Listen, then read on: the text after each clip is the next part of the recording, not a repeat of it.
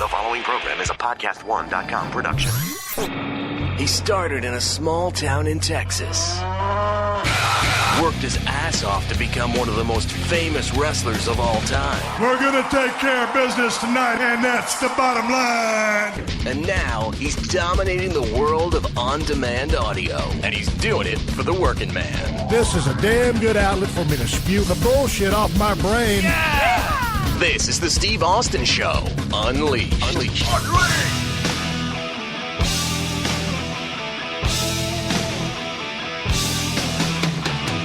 All right, everybody, welcome to Steve Austin Show. I'm coming to you from the pride of South Texas, the Broken Skull Ranch down here in Tilden. I'll tell you what, man, my wife is sitting right next to me in sunflower seeds. Would you pick up your microphone, Chris, and welcome to the show.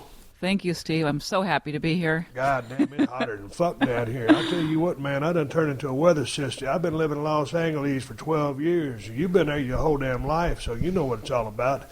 When you come down, and like every morning when I wake up and I go out and let the dogs do their business or go check and put the trash cans out, it's 63 degrees. So when you get up and get outside already, it's 90 degrees. Yeah. The hottest has been, 105? Yeah, well, that's what the thermometer says. I don't know what it is, actually. God damn, you talk about a change of pace. It's 30 and 40 degrees hotter than I'm used to living. Yeah, and it's very humid, especially today.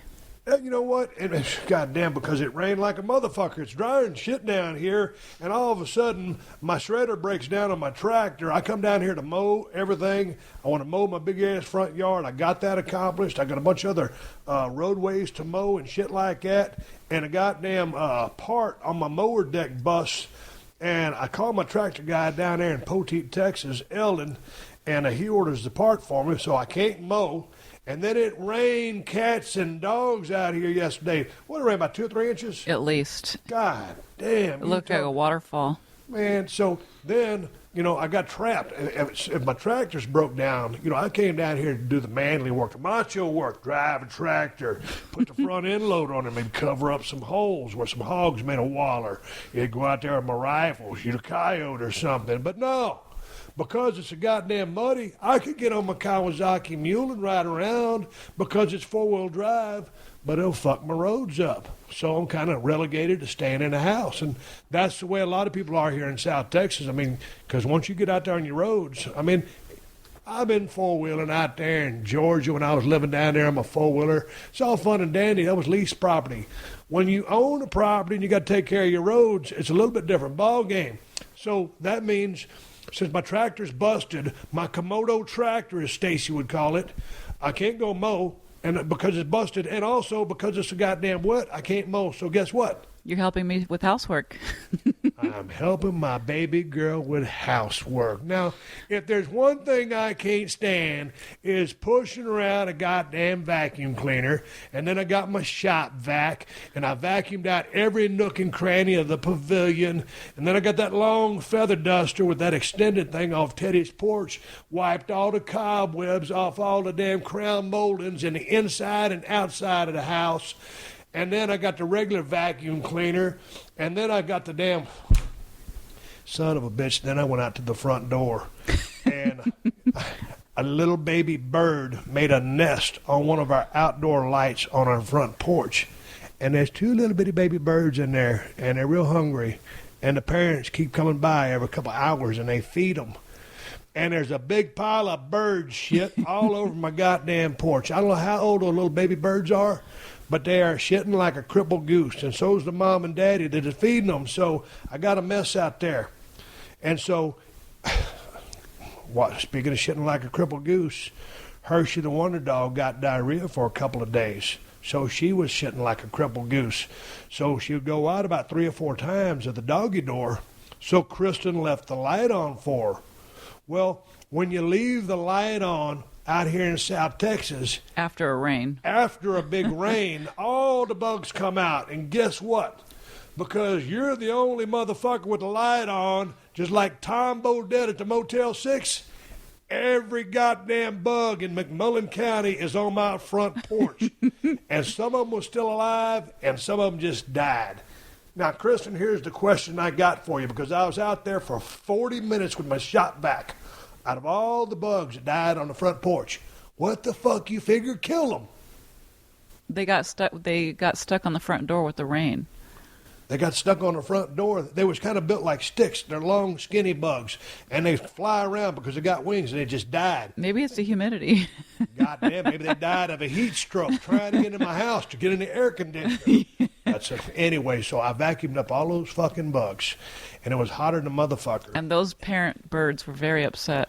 Goddamn them, I don't know what kind of swallows or whatever kind of bird they are. It ain't a field lark, it ain't a dove. Built them a damn. And what am I going to do? You know, fuck, I can't go out there and, you know, jar the nest up off the light fixture. And well, they're so cute. They're so cute. Well, I know, you know, but like, you know, if I didn't have a heart, I just go, well, fuck, get off my goddamn light fixture, and you're shitting all over my porch. I can't, you know. They'll grow up soon enough. Well, goddamn, I tell you what, I hope them damn parents get them out there and get them to flapping their wings so they can fly away and go fuck someone else's shit up. Speaking of fucking shit up, our air conditioner was fucked up. It was broke. We got over here, and when we're not here, because we try to keep the air conditioning bill, our power bill real low, we set the thermostat on about 85 degrees. Ain't no reason to cool this place off because ain't nobody here. So anyway, we get over here from Victoria after seeing my baby sister get married. And we roll in here, and it's about 105. And I'm a damn sissy because I've been living in Los Angeles too long, used to 65-degree weather. And we walked in this goddamn house. We turned the air conditioner on. We had to sleep in the other house that night because this fucking air conditioner wouldn't catch up. And I said, well, I think it's just too hot. It'll keep trying, and it'll ultimately, you know, start up because it usually does this. Well, we got here in the early afternoon, turned it on. It was still 86 by the time it was 11 o'clock at night. It hadn't cooled one single degree. Well, it got to 85. Oh, it did? Okay. 85, 86, that don't make a shit. Homie don't play that shit. I can't sleep in 85-degree weather. Now, I'm sitting here bitching. You know, like I said, I'm a damn weather sissy. Well, we could. I just felt bad for the dogs. Well, so anyway, yeah, so I could take it. I was in my sleeping bag with my long johns on.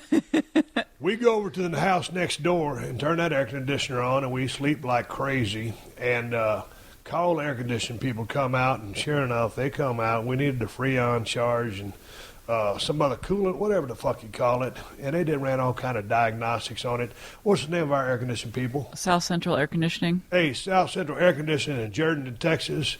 Thank you guys for coming and helping a brother and a sister out. Thanks to you guys, I'm sitting here in my own house, cool as a cucumber. As a matter of fact, Kristen, would you go get me a turtleneck sweater? I'm a little bit cold.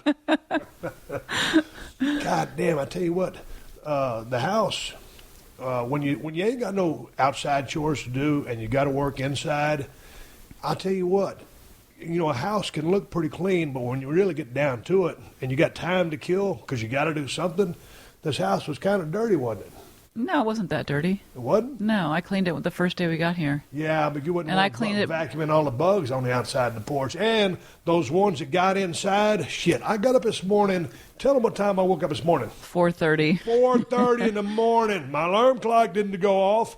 I didn't set my alarm clock. For some reason, my eyes just opened up. I was like, what the fuck? It's 4:30. Maybe I'll go back to sleep. I'm on my damn fitness kick, got broken skull challenge starting up in a damn month. It's not like I can make a Bloody Mary and go back to sleep. So I was sitting there. I was just sitting there, okay, maybe I can go back to sleep. I couldn't do it. So I got up, drank my 2 cups of coffee, and went outside and started working out at 5:30 in the morning.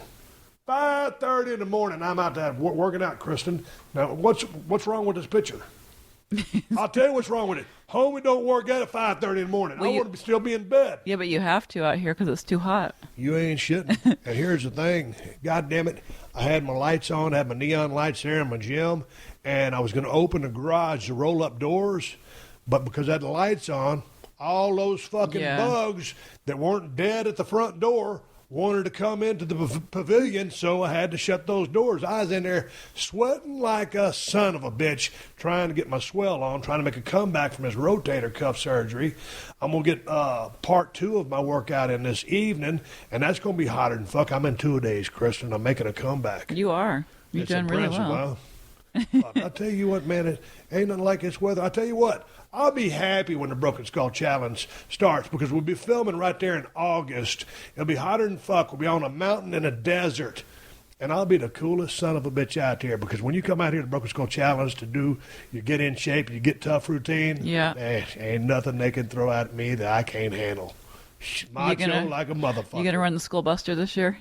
I whip that Skull Buster's ass. It ain't nothing but a thing like a chicken wing on the shoestring. I had one more story I was going to tell. The fly on your face. Oh, man.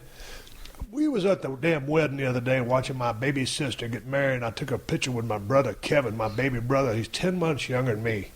He was drinking a beer, and I was drinking a Broken Skull Ranch margarita, and this was a quadruple shot. Normally I make a triple shot, but I was quadruple shot because they weren't serving no alcohol at that wedding. And so after the wedding, me and Kristen ran home, let the dogs go to the bathroom, checked on Hershey.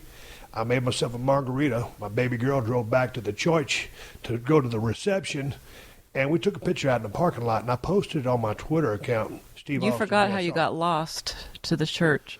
Well, that's a whole other story for a whole other day. I'm trying to give my wife directions. I'm supposed to be going to the Baptist church, and they said, I'm like, you grew up in this town and you're asking me for directions? goddamn, I mean, I've been gone for 40 years, and I didn't know that the Baptist church is right next to the Methodist church, which is next to the Lutheran church. Pentecostal church, which is next to the Lutheran church. I mean, son of a bitch, there's so many churches there. I didn't know where to should have wound my watch. Heaven forbid someone give me a street address on a building. You know, that's all they had to do. And so because the wedding and the reception was at two different places. Anyway, back to the story.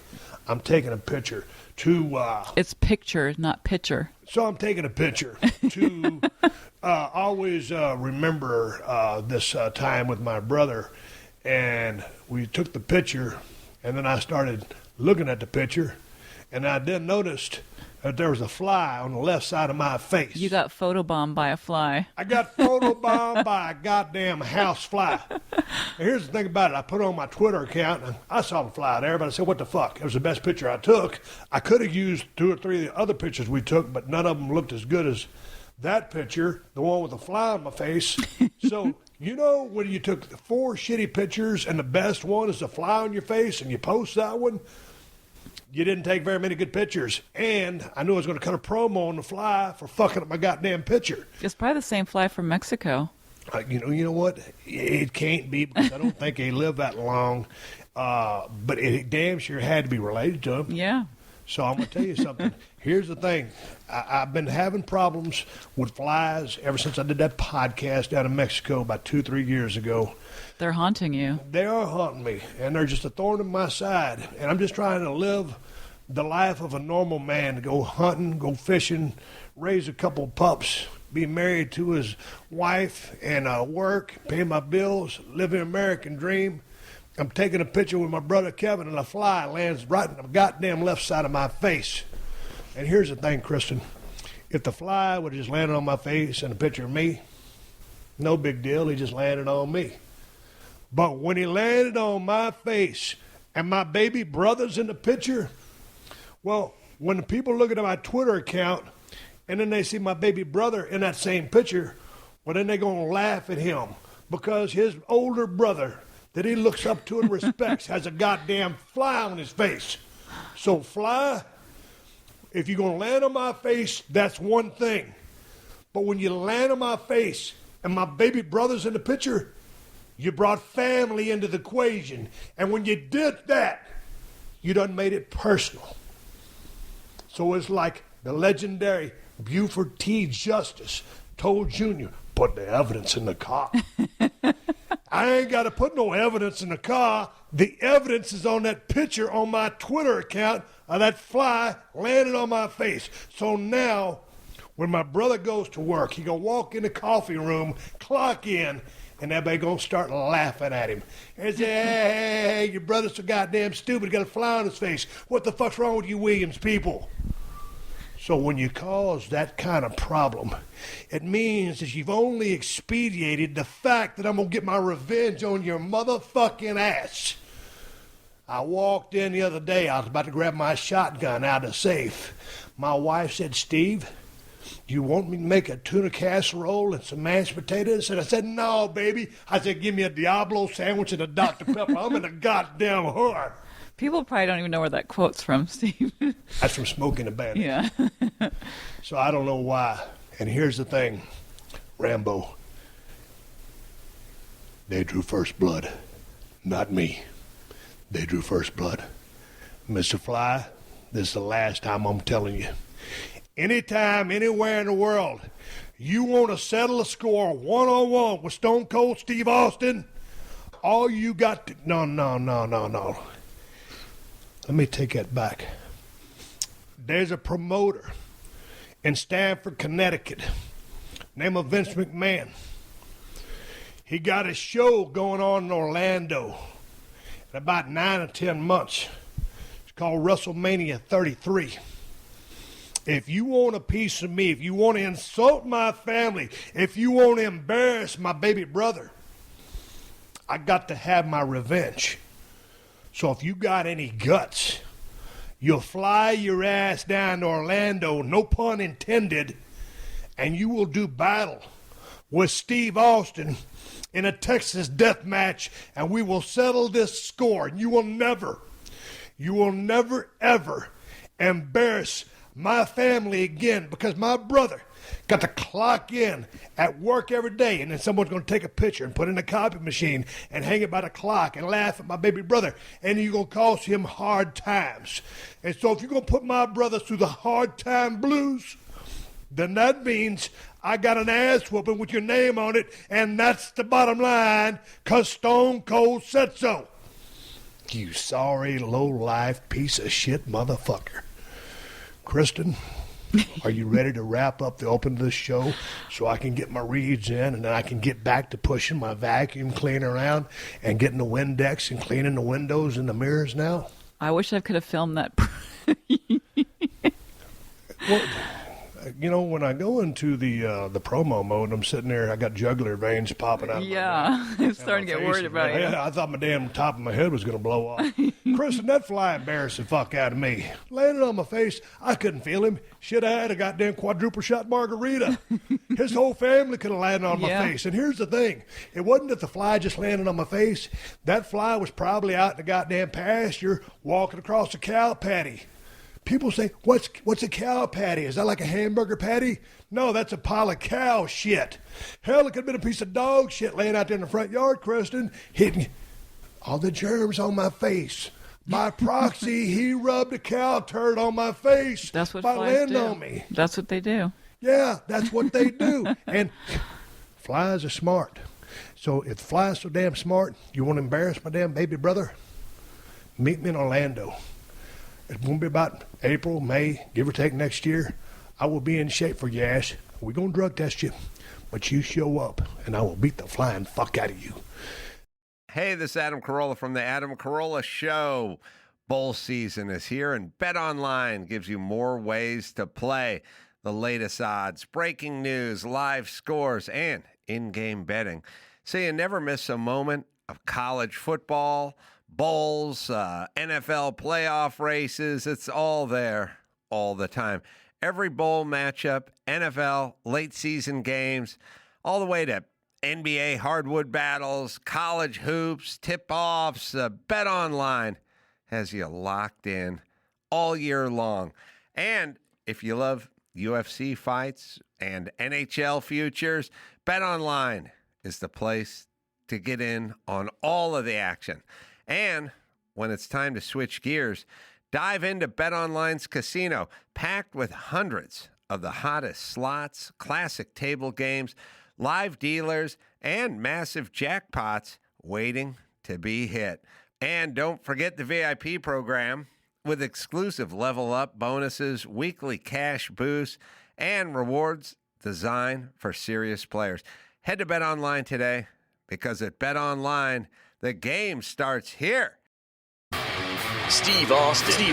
Unleashed. You talked about earlier about putting work on yourself. because when you first start out, you made $5 for gas money. I was making $15 and $20 and making 400-mile round trips when I was living in Tennessee when I went down there to the USWA. So I'm not asking for dollar signs. I don't want to know anything now. How did you start? You know, you come out to L.A., you don't make it. You go back to New York, you write your ass off, you get some gigs, things are starting to spin up. I always tell all the guys to get in the business of pro wrestling, you've got to learn the business part of the business, not just the stuff in the ring. Oh, yeah, absolutely. That's the ring. That's the entertainment part of it. And comes the business aspect of it. So as a comedian, dude, and all of a sudden you get into some demand, you hit a lull, you come on, and because you get a break from Opie and Anthony and Jim Norton, the HBO thing, how do you determine, hey, this is what it's going to cost you? You get a good agent. You can't negotiate your own thing. You got to get a good agent. And what I did is I got with a guy he was like me. We started working together in like 2001, Mike Berkowitz, and he was trying to make a name for himself, and I was trying to make a name, and we were right at the exact same like place. And as I've gone up, you know, the stand-up ladder, he's gone up the agent ladder. Now he's like, you know, I think as far as like being he's past me as far as being an agent. I mean, like the client list that he has is incredible. And we always laugh. He used to book me anywhere he could book me. The Skyline Cafe in Appleton, Wisconsin. It was a great gig, by the way. You know, I was occasionally working a Funny Bone back then because, you know, I think those guys always thought I was funny, but I couldn't sell tickets. And it's just like, you know, and, you know, there was those periods where you start thinking, do I need a catchphrase? Yeah. Do I go on tour with like 5 other redheads and do the redhead tour? Yeah. I mean, what do I need? A hook? I got to get something. And, you know, it all works out. If you just do what you're supposed to do and you do the work, it's definitely a longer road than it is if you have a hook. But, you know, it's a lot of times those people that have the hook, once people are over it and there's nothing else beyond it, you know, you go back down, which is why I love watching you guys, because you and Say The Rock had these hooks, but you guys kept writing. And you just kept coming up with more and more shit, and you'd switch it up and everything, and then you become, like, prolific. Then, to me, it's like the Chappelle thing. I could see Chappelle this month, and I could go see him in October, and I would see, you know, the show would change so much. Like, it's like you're just going to see Chappelle. It's like almost like beyond stand-up at this point. Right. It was funny when I came to New York, and like I said, I'd been in business 7.5 years. I was full of piss and vinegar. I was laying my shit in. I didn't have a gimmick. And to get this before Stone Cold and the agents back in, Blackjack Lanza, George Animal Steel, Sergeant Slaughter. George Animal Steel was the best. Yeah, he scared the shit out of me. When I was a kid, I was so afraid of him. He had that green tongue and he'd eat the turnbuckle. The hairy back. Oh, the hairy back was unreal. Yeah. But those guys, they would tell me they'd want you to work in the ring. When I came in, they'd brought in, you know, a bunch of other guys who they saw as superstars, and they were pushing these guys. And those agents noticed me, and they said, Steve, keep doing what you're doing because you're not a gimmick. It's going to take you longer to get over. Jesus but when you get over, you're going to stay over. Dave Chappelle said the exact same thing to me at the comedy at the Comedy Cellar. He said, "Listen," he goes, "it's going to take you longer, but when you hit, you got to hit hard. Just keep doing what you're doing." And I didn't even know what he meant, but I just was like, "Wow, this genius just, you know, said that I had a shot." But like, yeah, because if you're not the hot chick in my business, if you're not the hot chick, you're not the fat guy. If you know, for a while it was the hipster with the big bushy beard and the hoodie, you know, and you were 34 and acted like you had, you know, the social graces of like a 15-year-old. Like they were into that for a while, and you know, being a balding redhead was never in. So I had to go the long way around.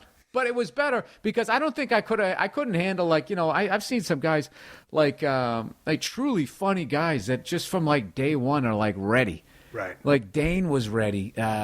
Kevin Hart was ready.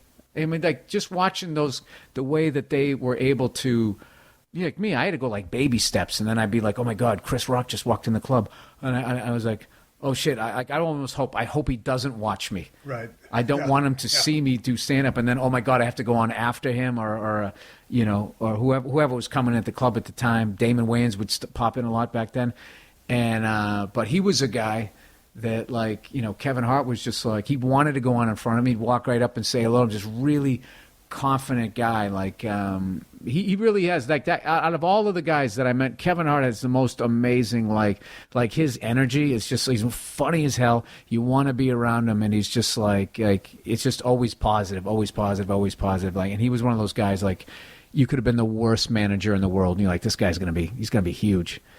Even then, I didn't know he was going to sell out. He sold out the football stadium where the Eagles play. Well, it's insane. How did you go about developing your style? Because in wrestling business, I keep making these parallels because there's some more I want to make if I'm not boring the fuck out of you. But when you start out, when you're green in the wrestling business, the worst thing you can do, and what everybody is guilty of, is rushing. Going too fast, beam. Oh God, yeah. Slow the fuck down. It's all the you same, might have it's all the same shit. 7 minute set, and all of a sudden, like you said, on your first gig, you finish in 3 minutes. Absolutely. Like goddamn, you fucking jerked off. I too used fast. to do 10-minute sweats on sets. I just said sweat. 10-minute sets, and I would come off stage sweating, like I was James Brown or something. I was just nervous, and I certainly wasn't doing anything James does. I was just up there talking, and I was just so nervous.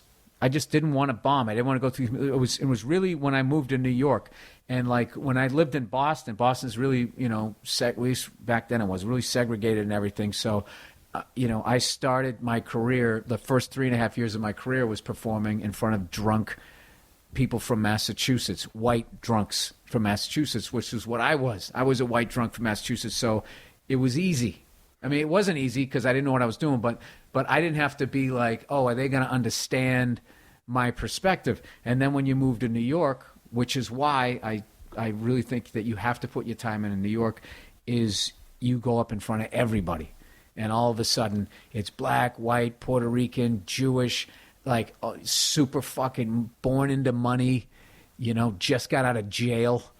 You have like it was just everybody, and I just remember going on stage and being nervous, so I came on my heels, and I instantly would start bombing, and what I learned to do was you had to be not aggressive as in going at them, but you had to be confident, and It took me a long time to get that down, but I just kept going and going. Like I was so afraid of like black crowds initially that I just started doing the black rooms. I just started. Plus, I also knew I had material that I thought could, I wanted to make sure I was saying it right.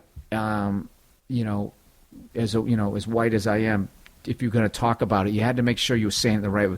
And what I do now I know when I'm saying it in the wrong way in front of a white crowd is you get like, you're like whenever I get that energy, like, yeah, woo! When I hear that shit, I go, oh, I'm not saying it like that. I'm not saying it like that. I'm trying to keep this, I'm joking around. I'm being silly here. So there is that thing. And I wish shows in general, I wish TV shows were more, I don't know how you would do it, but just appealed to more people so that you could do an audience like that. So because the longest time I did the Apollo, I would do BET, and then I would do Comedy Central. And I always wanted to draw a mixed crowd.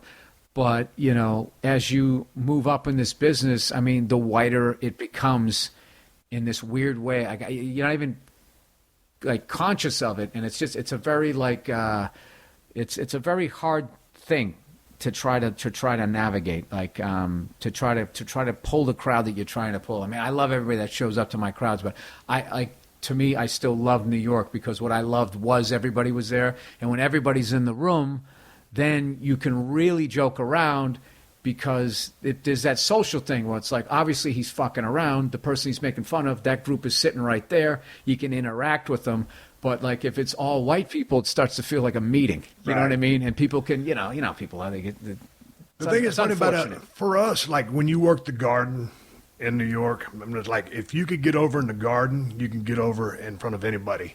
Yeah. Or in any crowd, just because the diverse mixture. How sick is it looking up and seeing that? The roof, to me, is the iconic thing. Because to me, that was Led Zeppelin. Song remains the same, and you just look up and you're like, how the fuck am I standing here right now? I never really thought about it like that. Yeah. I got knocked out in the Garden one time, and I was looking up at the ceiling, and I didn't know where I was. And the referee, Earl Hebner, I was working with The Undertaker.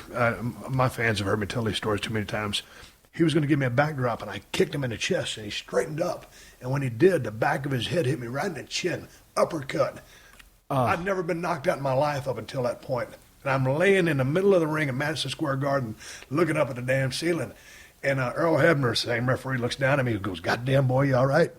I looked up at him. I said, "Where am I?" He goes, "Goddamn it, boy, you in the garden." So I finished the match. I didn't know what the fuck happened, but I finished the match. When I go back and look at some old Larry the Cable Guy stuff, he came out when he first started as a comedian with a straight, regular accent. When he created the Cable Guy with the country accent, that's when he got over. Were you always the same with your approach to how you deliver your material? Because you get this great voice, so you can just ramp up and get that high pitch when you're when you go off on a rant and you start just going off on something. It's almost like you're just freewheeling out there. Was that always your style? No. When I first started working, I was clean. I wrote everything out. I memorized it, and everybody was just like, "Dude, you're going to be on TV." Like I looked like, like I should have been like one of those little kids in the back of a station wagon and like a Chevrolet commercial, baseball, hot dogs, apple pie, and Chevrolet. I looked like the all-American kid. I mean, I was like 23 years old, and I had a baby face, and I was working totally clean. And I did that because I wanted to make sure I knew how to write a joke. And then it became, about a couple years of working totally clean. It was then like, this isn't who I am. I don't talk like this. I'm a angry man. I didn't realize how angry I was until it was my 30s. I started to realize when after like the sixth girlfriend broke up with me who was telling me all my faults. And I'm like, well, this seems to be reoccurring shit here. I guess I need to work on myself. But it's just gradually. I mean, I'm not the same person I was when I was 23 either. So like I was a people pleaser when I was 23. And then there's somewhere along, your 30s, right. You realize like, yeah, this is when you're a people pleaser, you attract assholes because only nice guys put up with their shit. And all of a sudden, you got a bunch of assholes in your life. So it was a combination of on and off stage, me just becoming just more myself and not giving a shit in a good way, not a rude, arrogant way. Just like, hey, this is who I am. This is what I like. This is what I do.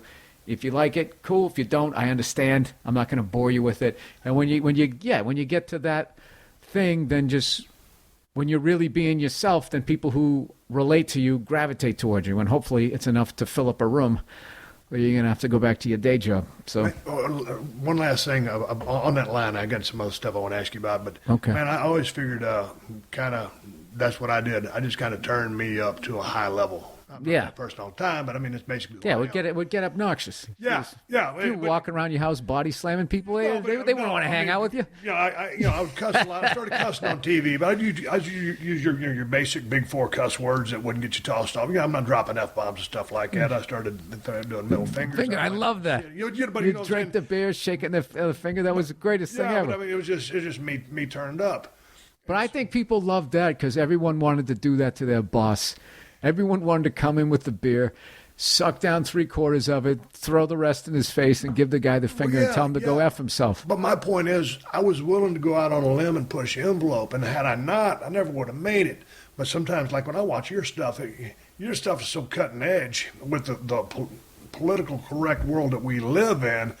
You really push the envelope, and you're able to get away with it just because sometimes it's like what you said.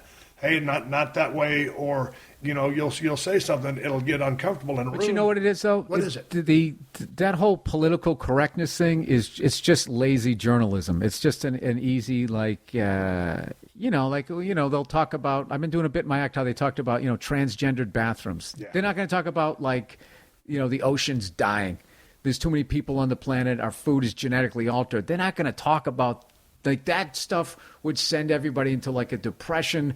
We're doomed type of shit. So you keep it light.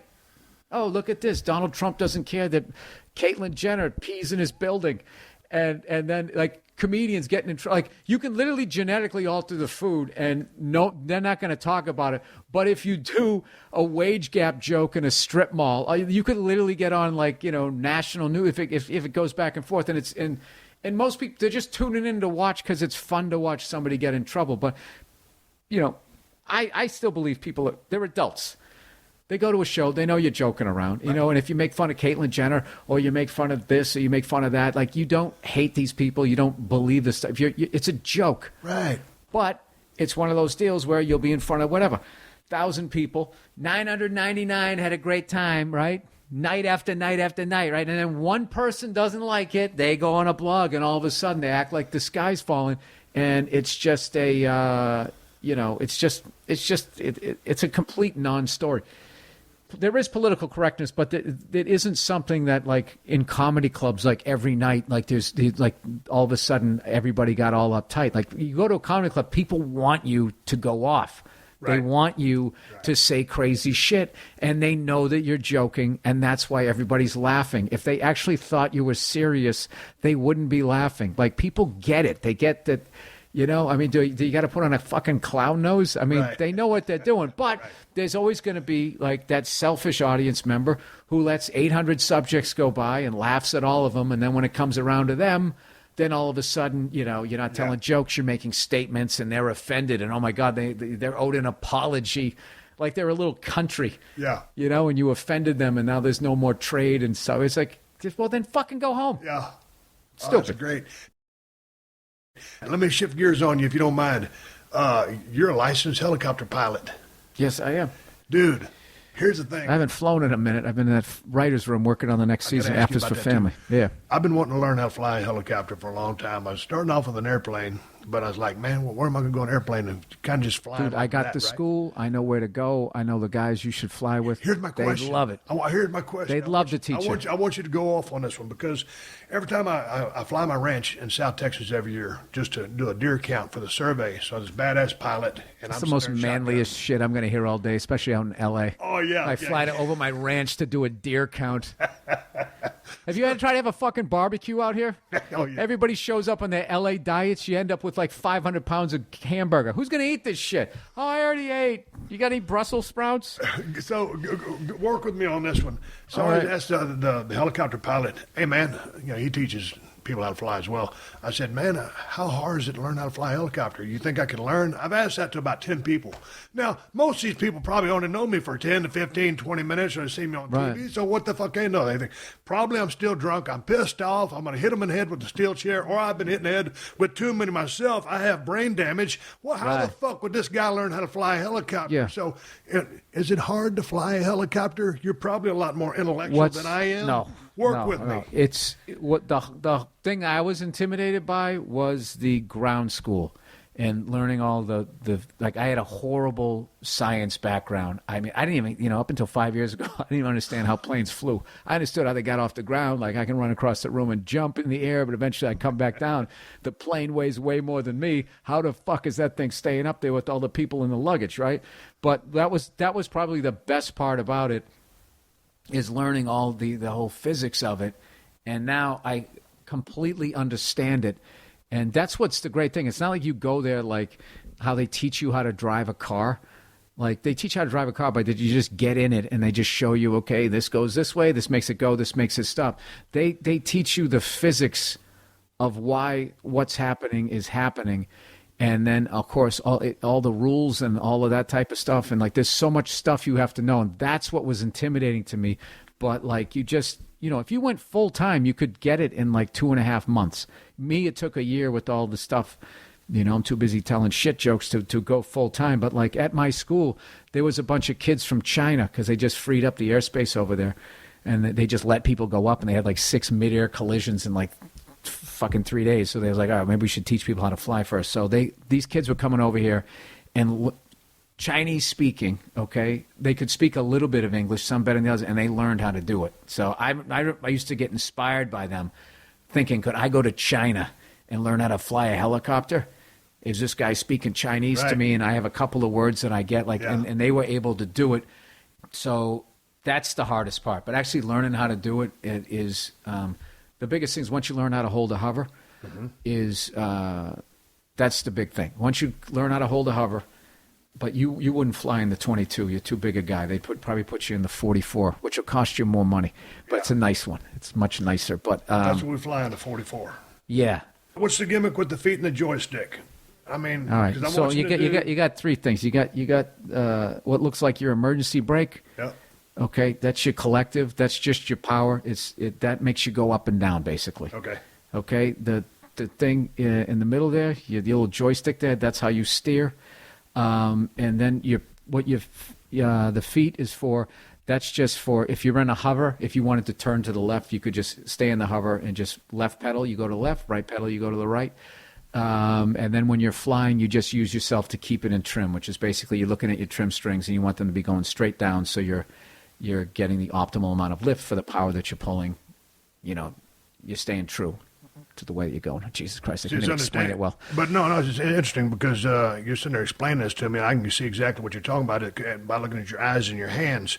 Well, a lot of people think that, like, when you step on the pedals, that speeds up and slows down your tail rotor. It doesn't. It never speeds up or slows down. You're just changing the angle of attack, which is basically more bite or less bite. So if you, depending on which side it's on, this is when it's going to get all technical geek stuff. All the tail rotor is doing is it's compensating for the torque that the main rotor is turning. That's my big question, because I'm scared I'm going to back off that motherfucker and start spinning a helicopter. Because everybody saw Rambo and they go, oh my God, if the rear tail rotor goes, you just start spinning, which is what happened. What you do is there's also a throttle on your collective, your emergency brake thing, and what you do is you roll it down.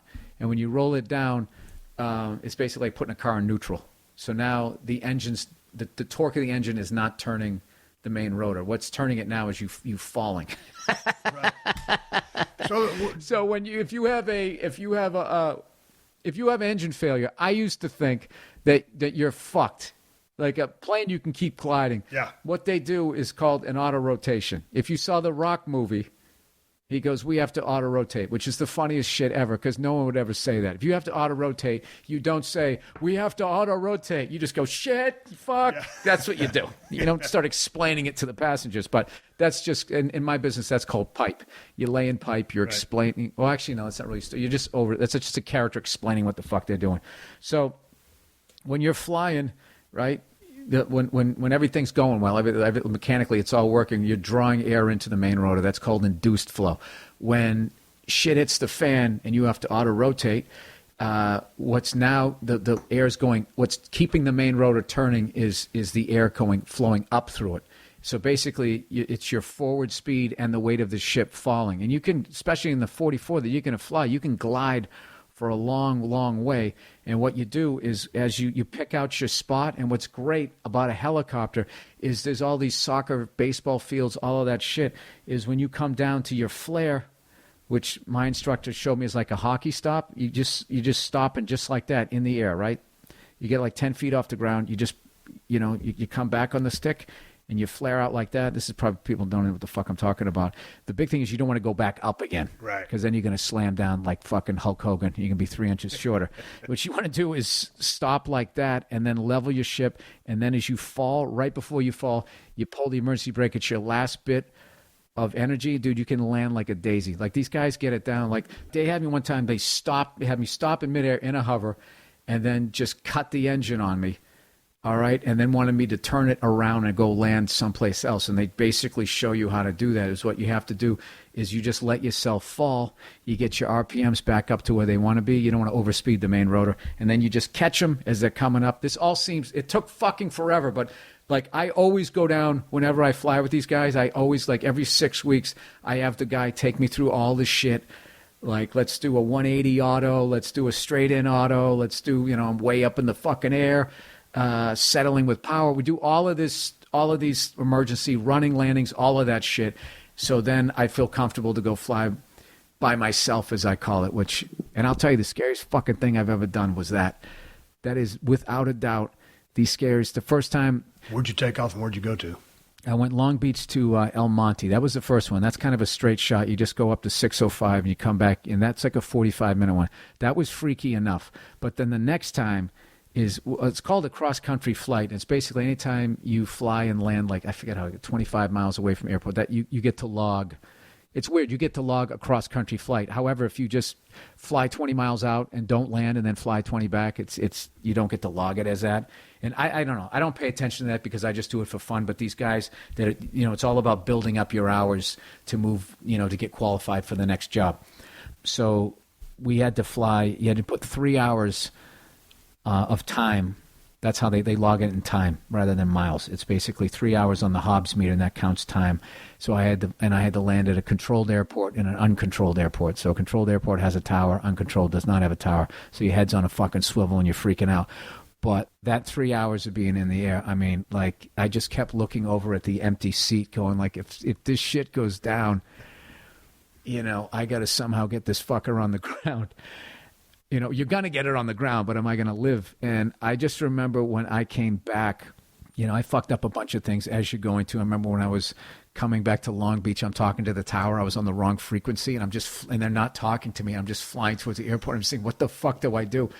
And finally, I'm thinking I'm going to fly over to Compton and just land and just call them up. Because they got an airport over there. This is an uncontrolled one. I knew where it was. I'm like, if this fucking guy doesn't talk to me, I don't know what I'm doing wrong, but I ain't running out of gas here. Because that was another thing, too. You had to remember to get refueled. One of the Chinese guys forgot to fucking do it. And the fuel light comes on. I don't know why, with only 5 minutes left.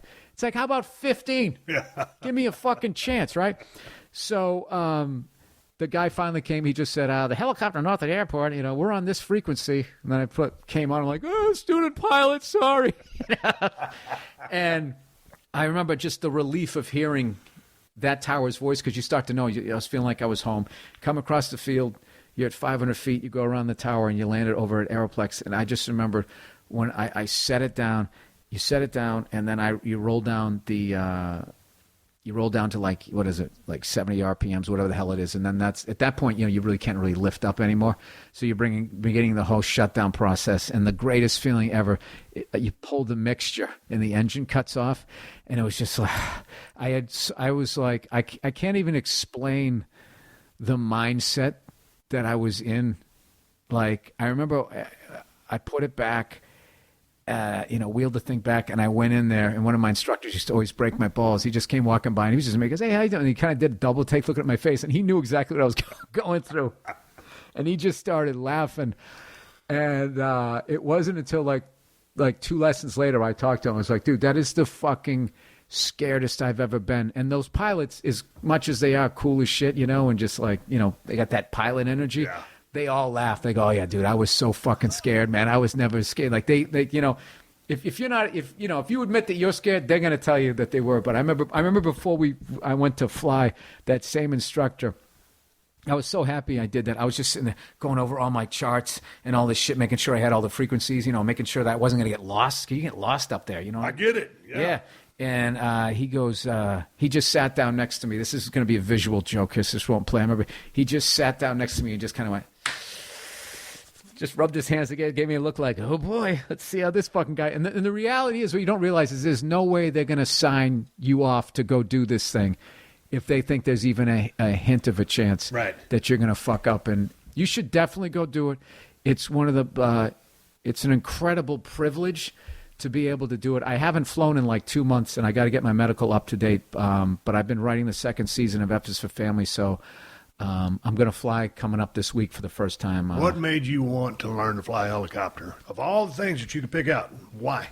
It was just something I always thought they were cool. I used to watch Magnum P.I. and just thought, wouldn't it be fucking cool if you could just, you know, buzz around an island in one of those? And I've also always done shit the hard way. Like, I guess like learning how to fly a plane is easier than a helicopter, but you know, no disrespect to those guys. I'm sure that once you get to the jet level, I mean, I'm just flying these little rinky-dink things, but like, I just thought it was fucking cool. I always just thought a helicopter is cool. You know what's cool about a plane? A jet. A jet is fucking cool. Being able to just like those guys just flying. I talked to this guy, you know, he had his pilot's license, and he was just talking about the first time he learned how to fly this jet. He goes, we went so fucking high up. He goes, I'm literally looking at the curvature of the earth. And he, you know, done fixed wing like prop, and it had these little ass fucking wings. And he said somehow the design of it, that the second you took off, you were already at like a critical fuel level and shit. And it's just like, just listening to him talking about that. Like, I have a fear of heights, like when I'm not in a plane or a helicopter. Like, when I can't watch those YouTube videos where people climb those structures, and you're like, well, this guy has on a GoPro. He obviously didn't fall and die, so, or else this footage wouldn't exist. But I get like, there's a couple of those where they just keep going up and up and up. Like the guys who got to change the fucking light bulb at the top. And then these thrill seeker guys where they'll just be like doing like pull-ups with no parachute or anything. And dude, like I've never had nervousness when my hands get sweaty, but that's the only shit that'll make it do that. And to this day, like anytime, like I've only flown solo probably. I got like 15 hours solo at this point. Like I'm just so busy. That's why I always go back and do the emergency stuff. But like every time I fly solo, there's just this amazing feeling of it's the coolest thing ever. It's such a free thing. And then terror of like, and the terror is a good thing. You got to have that. It's like that thing, like, if you walk out to perform, you're like, yeah, fuck these fucking people. You're going to be in trouble. It's the same thing with that. And like, dude, I just fly over stadiums. I fly over the Rose Bowl and shit. I fly over famous movie houses. Like there's the house from the Horsehead scene, the Godfather house with the ridiculous pools. I fly over that thing and my own house and shit. Like I was thinking about taking my helicopter pilot lessons down there in Laredo because it's in the middle of nowhere. So if I fuck up, I'm just going to fall in the field. I'm not going to follow nobody's house or the stadium. Well, that's a good way. See, right there, you'd be a good pilot because you're always trying to like limit you're trying to increase your odds. I'm such a fuck up. I'm honest enough. So goddamn, all these steel chairs to the fucking head. I'm not the smartest guy in the world. I'm okay. I would do this do your training in Texas, but I wouldn't do it this time of year because it's going to be hot as shit. You're trying unless you get into something that has air conditioning. Hey, the one thing last thing about the afraid of heights. It's funny because you can put a steel beam right here across this floor, steel beam, I-beam, let's call it 10, 12 inches wide. Right. And we can walk across that thing all day long. Yeah. All of a sudden, you put that son of a bitch, just call it 100 foot. Nah, fuck that. And then when you go try to walk across it, everything changes. Yeah, I'd be on all fours crying as I went across. It's the same fucking width. But all of a sudden you jack it in the air, shit changes, right? Yeah, absolutely it does. But I will tell you the thrill of doing it versus the fear and all of that. And you always have to have, I feel, a healthy sense of fear, both in doing stand-up and all of that. That I feel, you just, you know what it is? You just fucking do what they tell you to do. You don't go up there and be an asshole. You don't go up there and think you know shit. You bring people up. You don't. I've never brought anybody up. But like you don't try to like show off or anything. It's like you literally have their life in your hands. But like there's two types of people I found. My limited knowledge. There's the fucking people like me that understand you can die, and then there's these other people that they just. Dude, we had a guy. He got his license in the next fucking day. He rented a 22. He flew over the San Gabriel Mountains, which is like fucking 8,000 feet. He went up onto the other side, and he just started landed in the yard of one of his relatives, and he just started giving people rides. Landed in like a neighborhood. Somebody finally called the cops. I was like, what the fuck? And then he kind of threw the school under the bus and was like saying... they said it was okay. It's like, we never fucking said that was okay. But like, and there was this weird thing where I was just saying that guy is out of his mind, but I had a certain level of respect for the balls. Yeah. The fucking balls. The first day you get your license, like that's what you're going to do. If I was going to go on the other side of those fucking things, I would have flown up the 405. You just follow the roads. Yeah. And I would, they got where the 5 cuts through. You got that pass. I would go, and even then, I get nervous going over the 405 when it goes from Hollywood to the Valley. Like you really start getting up there, and it's just like one of those things where I don't like getting too high because then you start getting into where the fixed wing guys are, right. And those guys kind of have like a 45-degree angle. They can't see below, and that can get a little shady. So I like staying right around 1,200, 1,500 feet. I just stay in my lane. Right. Follow the roads. I always announce where the hell I'm at. Hopefully I'm on the right frequency. I'm such a dope, but yeah. It's fun. You should definitely do it. I am. Hey, I got to ask you before. I don't want to take up your whole Saturday. You've been very generous with your time. Hey, man, talk to me about F is for Family. I binge watched the first season. Badass show. It's hilarious. Where do you see this season? I talked to you the other day. It's on Netflix. I highly recommend it. I always give people something to listen to on my podcast. I'm going to recommend that they watch this. So I binge watched it. How'd you come up with the idea for this thing? Why? And how do you pitch something like this? I hit you with a bunch of questions. All right. It was an idea that came about through telling family stories on stage. And as I went from being the young babyface comic to being the old guy, a whole new generation of kids with a whole new style of parenting came about. And everything got labeled. bullying, mental abuse, physical abuse, and cruelty to animals, and everything got like labeled. So it wasn't that people weren't laughing. They were just kind of, I was starting to get a lot of, oh, like they were feeling bad. And I was standing and saying, this is funny. This is funny. And it kind of got like frustrating because then they would come up to me and be like, oh yeah, my dad was like that. And so-and-so was like that. I was just like, well, when I didn't feel that energy from the crowd. I felt like I grew up in, some crazy household, but I knew that these kids could relate to it. And by kids, I mean people in their 20s. So I just kind of got frustrated. So I kind of stopped talking about it. And plus, I was getting older. I didn't still want to be talking about my dad and mom and kids I grew up with. I just felt like I had done all of that. But I still knew that the stories were funny. And I was walking my dog one day. I was like, well, what if I animated them? So initially, the idea was I was gonna write little 5-minute vignettes. Like the Burr family goes to get the Christmas tree, because it was always like this Norman Rockwell shit, and then there'd be like this total dysfunction. Everybody started screaming at each other, and then in the end, we're eating a great, Christmas goose, and it's like, the cover of the Saturday Evening Post. And of course, I never did it. And then I ended up meeting Vince Vaughan while I was working with Steve Byrne, and he's got a production company, Wild West. They brought me in. I met Peter Billingsley, Mike Lagnese, Victoria Vaughn, and all of them, and I said, I don't really have an idea. I have this silly idea for a cartoon, and they loved it. And then they introduced me to the great Mike Price from The Simpsons, who's just a monster. Like he's like the nicest guy ever, but like nobody works hard on that guy. He's just amazing. And then that's when it really started to come together. And then we pitched it around Hollywood, and everybody was, just wasn't biting, and I thought it was over. And Vince, that's what I'm saying. And then Vince was like, let's go to Netflix. And we went to Netflix, and Vince went in on the pitch meetings. Like, he's all fucking in. So I think they were looking at me thinking I was going to do my Louis show, my Mark Maron show. And my whole thought was I can't do those shows better than those guys are doing them. They're already doing them, and all I'm going to look is like a third-rate fucking Louis or Mark Maron. So I think they looked at me like, a cartoon, I don't get this. But then they were also looking like, that's fucking Vince Vaughn sitting there. And then I think that's why we got 6, which was a weird number. They're like, all right, we'll give you 6. Let's see what you do with that. And then we just brought in all these awesome writers and got all, like, I forget who signed on first, but once we got like Sam Rockwell, and then we got Laura Dern, and then Justin Long, and then all of a sudden Gary Cole, and all Dave Koechner, and all these people, Mo Collins from Mad TV, Debbie Derryberry, Haley Reinhardt. It just was crazy. All these people just signed on to do this stuff. And I always going to forget people's names, not Phil Henry. I'm going to forget everybody. But anyway, so they all signed on, and, I'm doing the Seinfeld thing. I'm surrounding myself with people way more talented than myself.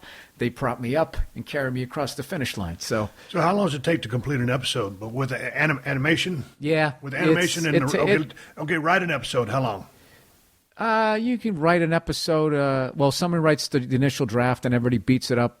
That takes about to write and record about 6-7 days, work days, and then so we started writing the last couple of days in March. We're up to episode 9 out of 10.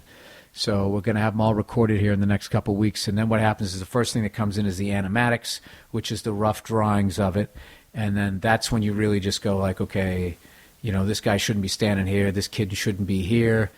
And, I'm not good at the directorial stuff. Like, this should be a wide. Why is this over his shoulder? Like, the other people handle that stuff. But I just more look like, try to keep a reality base to the thing.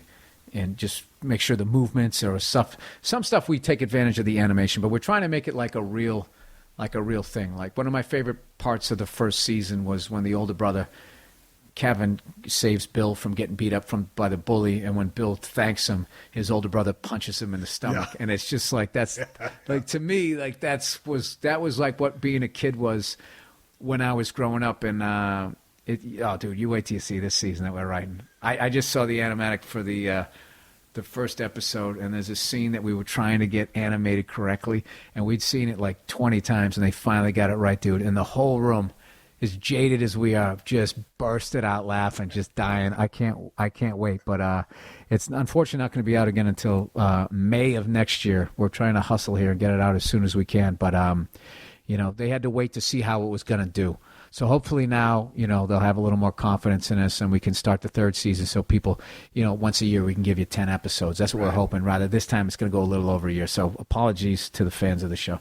So they were obviously impressed with the 6. I watched them. I loved about them was, how long was an episode? Is it 30 minutes or just right at? Yeah, 25. With no commercials.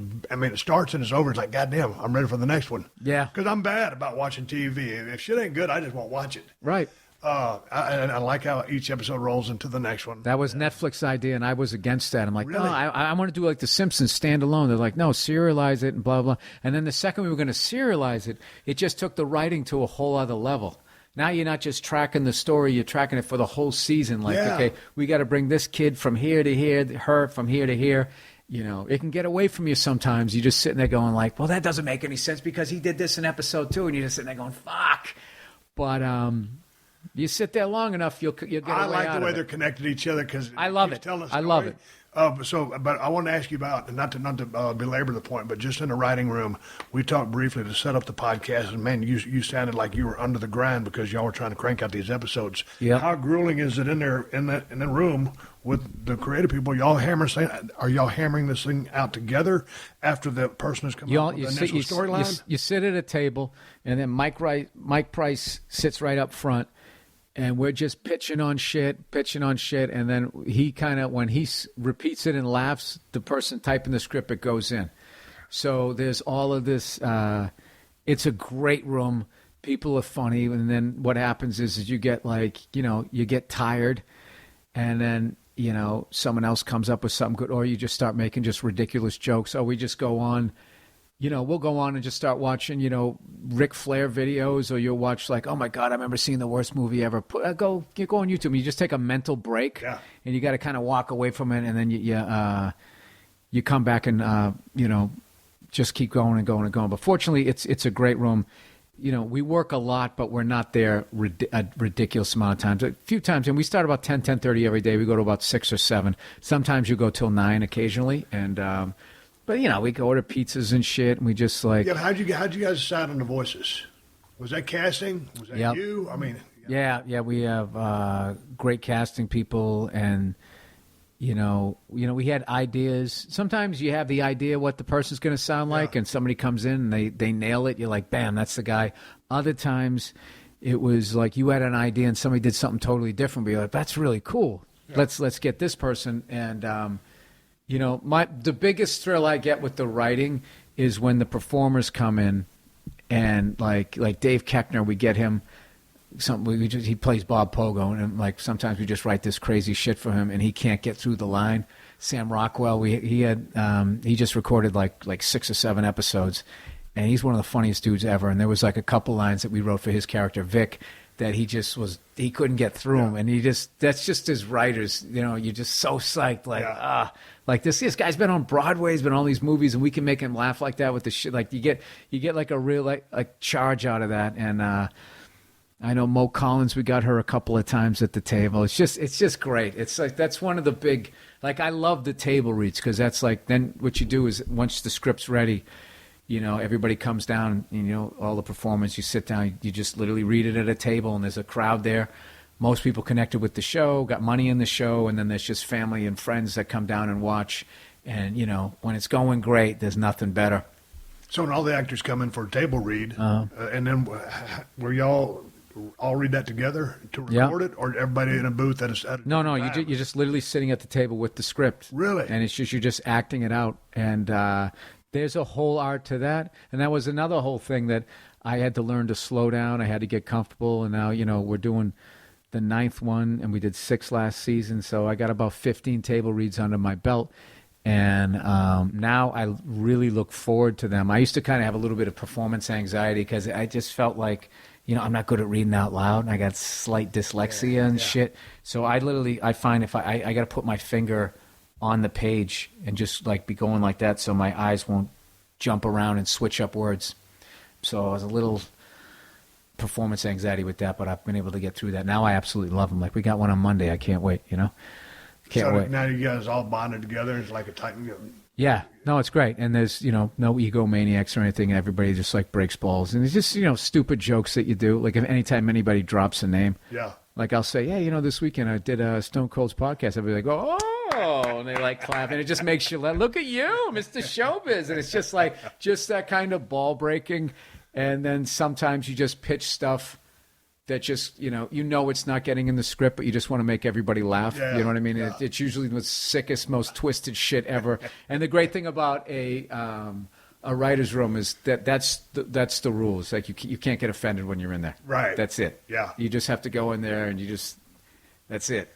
People are going to trash you. They're going to trash everything that you believe in because we're all going crazy sitting in this fucking room trying to get it going. So what's next for you? I know you're going to you're going to be in the UK. You're going to be in Ireland here in literally a couple of weeks. Scotland. How do you Amsterdam. schedule your show? Your Elvis for Family. You're doing that. You got what, 2 more episodes? Yep. And then you're going to get out on the road. How many days of the year are you trying to stay busy or do something? I mean, Well, I'm getting ready to do another special. So so this I got the once we're done with these records, writing and record, then I'm hitting the road pretty hard, and I'm just gonna go all out until I tape the special, which I believe we're going to be doing in October. We're still trying to work out where we're going to be. Can't say what city yet or anything, but it's going to be awesome, and I already have the idea how I want to shoot it. Have you started writing it yet? Oh yeah. I have I got like 90 minutes material, but I just have to see which ones are gonna be worthy of can make the cut. Will you consult with anybody on that final? What's going to be a hard 60? Or I'll probably do a little more, like an hour 10. My last one's like a Okay. little bit hour and 15, hour 20. I don't know if I want to do another one as long as that. Like you want to keep leave them wanting more. leave them wanting more. Yeah. No, but my question is, I mean, will you like say to your wife, "Hey, what do you think about this?" Or will you just say, "No, Bill, you're the funny son of a bitch. You're the guy who knows your material." No. I run stuff by my wife all the time, and my wife is hilarious, and the hell, But like your buddies, she you're always comedian laughs. Friends. I mean, Oh yeah, no, because I had a couple things. Like I had this material that had to do with aborted landings. Like I just had my 5th one, and what goes through your head. But in my head, I was always thinking like, well, it's airplane material. Just the subject alone is kind of considered hacky. But my agents were going like, no, man, but it's some of the funniest. The act out, like it's some of the funniest shit you've written. And then I went down to a club, went down to Flappers, and I saw another comic, and he was doing a bit about an aborted landing, and it was different, but it had the same tent poles going through, the stewardess sitting down, not looking at you, freaking out, and blah, blah, blah, blah. And so I just said, well, there you go. That's why I'm not putting that in a special. So I will continue to do the bit. I'm going to do the bit when I'm on the road, but I just won't stick it into my hour. So, like, I have bits of mine, like my getting arrested for drinking and driving, and cop wanted me to pull over and I kept going, right? I have those stories, but I just feel like those kinds of stories people have told. So what I just use those for is when my special comes out and I have no material, I have those that I've never done on a special. So those things kind of hold me up as I'm writing a new thing, and then once I get the new hour together, those old ones just go away, and like it's almost like it's like leftovers. So I have like leftover bits. So I have enough. I've been doing it long enough that I have like a half hour of leftover shit that I can I can come up with a half hour of new shit, and then have a half hour of my leftover solid shit, and I can mix and match them. Here's a couple of new ones. Here's the one that works. Here's another one that works if I need that, and then blah, blah, blah, blah. And that's how I kind of use it to build up the new hour. And that's just shit that I've just learned throughout the years. But and then I guess it's just because you've been doing it so long, it's what you do. So I mean, because I'm just sitting there trying to think, I can be a funny guy in a room, but I ain't no stand-up. I ain't even close to being a stand-up. Never would claim to be. So when you're just sitting down, like, what's your process? Just like, hey, this would be funny, and then you take it to the level that you do. I mean, because I just write the word down. Yeah, I just write a word down. But you guys do the same thing. I remember seeing people saying like, Ric Flair, right? They go, hey, did you have like writers and for your rants and blah? He goes, writers. He goes, I came up with half that shit in the car ride over from the airport. Or sometimes I'll be hanging with my wife. My wife always gives me shit because I don't take Uber. Yeah, I don't take. It's just some fucking guy. I get a cab. Yeah, I get a cab. Yeah. I don't like the Uber drivers, like they, especially out here. They're in show business, half of them. They got a script. They know who the hell you are, and then they know where you live. Yeah. I don't like that. I like the cab driver. Yeah. Hello, my friend, blah, blah, blah, and then it's over. It's fucking over. So I went on this riff about it, about how, it was basically like fucking hitchhiking. And then I did this whole serial killer like testimonial thing about, how much he loves his job and everything. She was dying laughing. And I was just like, all right, I'm going to do that. Now that bit, where it's at right now would never be worthy. I wouldn't even do that on like a late night show. Maybe it's like a late night bit, but it's nowhere near where it's at right now would ever be put into a stand-up special. Even, I don't care how hard it kills. It's just like, it's fucking Uber. It's like, to me, that's like, there's certain subjects that are just like, it's like, remember that Chex Mix party mix? That's what it is. It's it's like that level. It's not like fucking Johnny Walker Blue up on the top shelf. It's just bullshit you're putting in your mouth. Now, those things, but what those are great about those things is they get you saying something new, which gets your mind in a new place, which could lead to something new. Like that bit could then elevate up to something that then, you can take the most basic bit and you, depending on what you do with it, you can turn it into something worthy of being on a special. Whether it gets there or not, we'll see. We'll see what happens when I go up just riffing, messing around. I read that you still like to travel.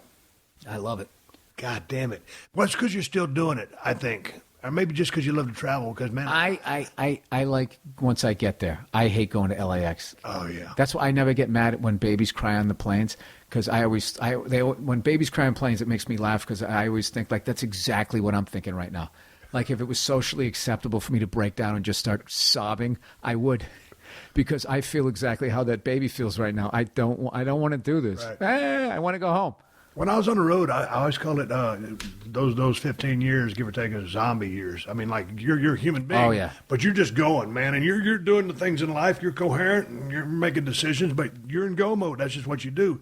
When I got out of the business, it took me 3 years to get out of that and turn back into a civilian. So, like, now when I travel, it's a real pain in the ass because I don't want to go nowhere. I'm a homebody now. I put in my time on the road, and I'm in a different mode.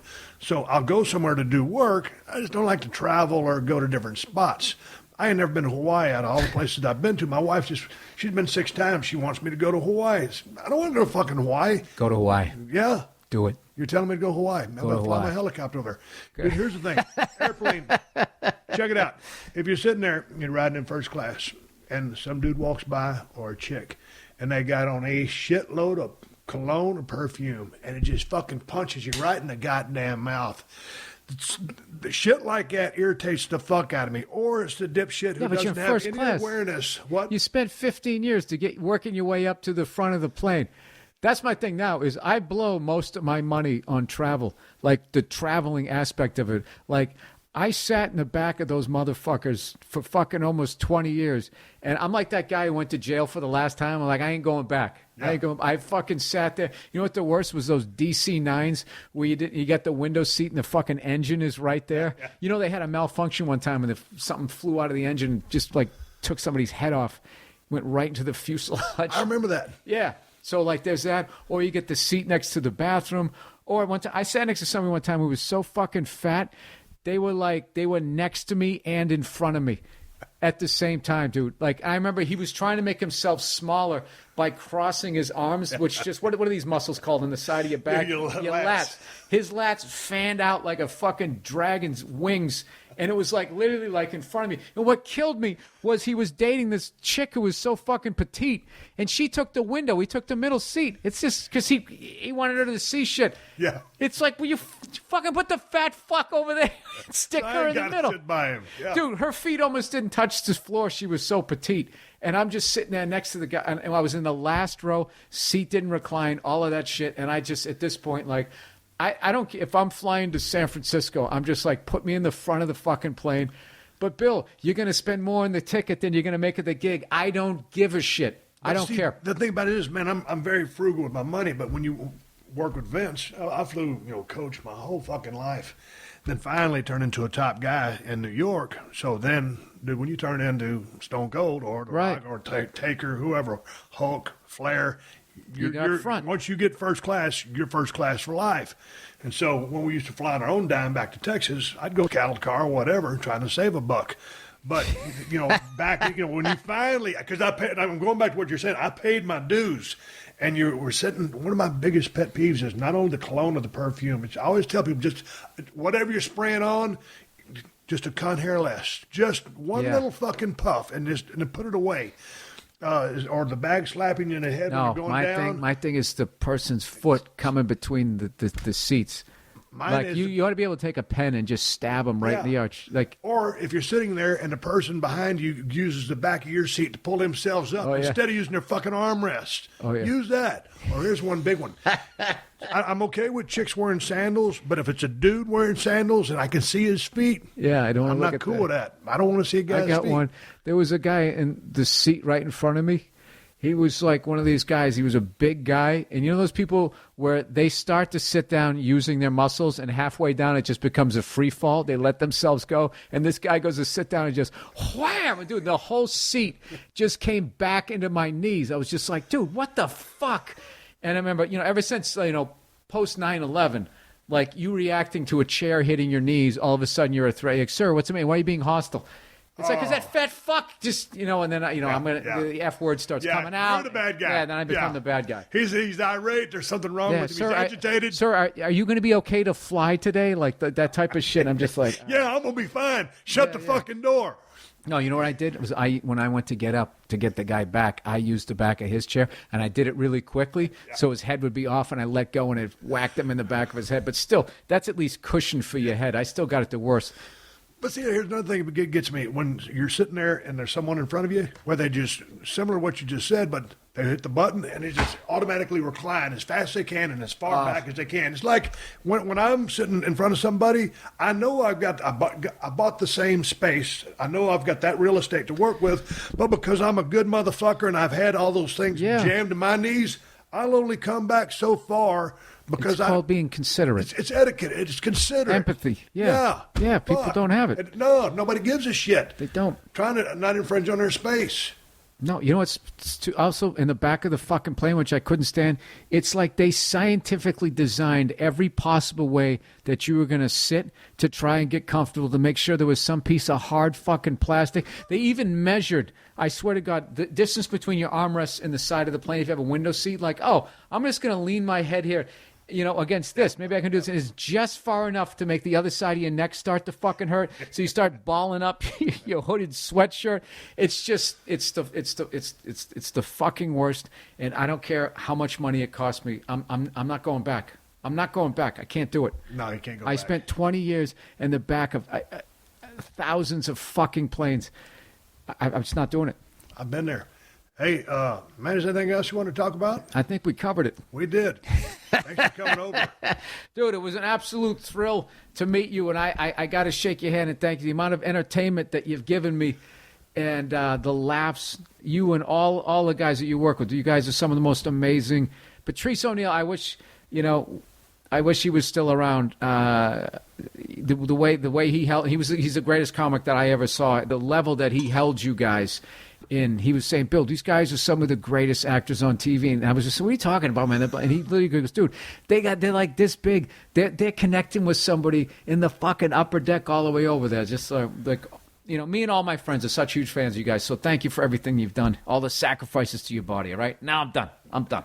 All right, everybody, give me the go-home cue. So I'm going to wrap up this podcast and ride off into the sunset. But before I do, time for me to give you guys something to watch. I'm going to say, go check out Season 1 of F is for Family, Bill Burr's comedy series on Netflix. As you heard him say, they got greenlit for a second season, but it won't be out until next year. So go get caught up on Season 1.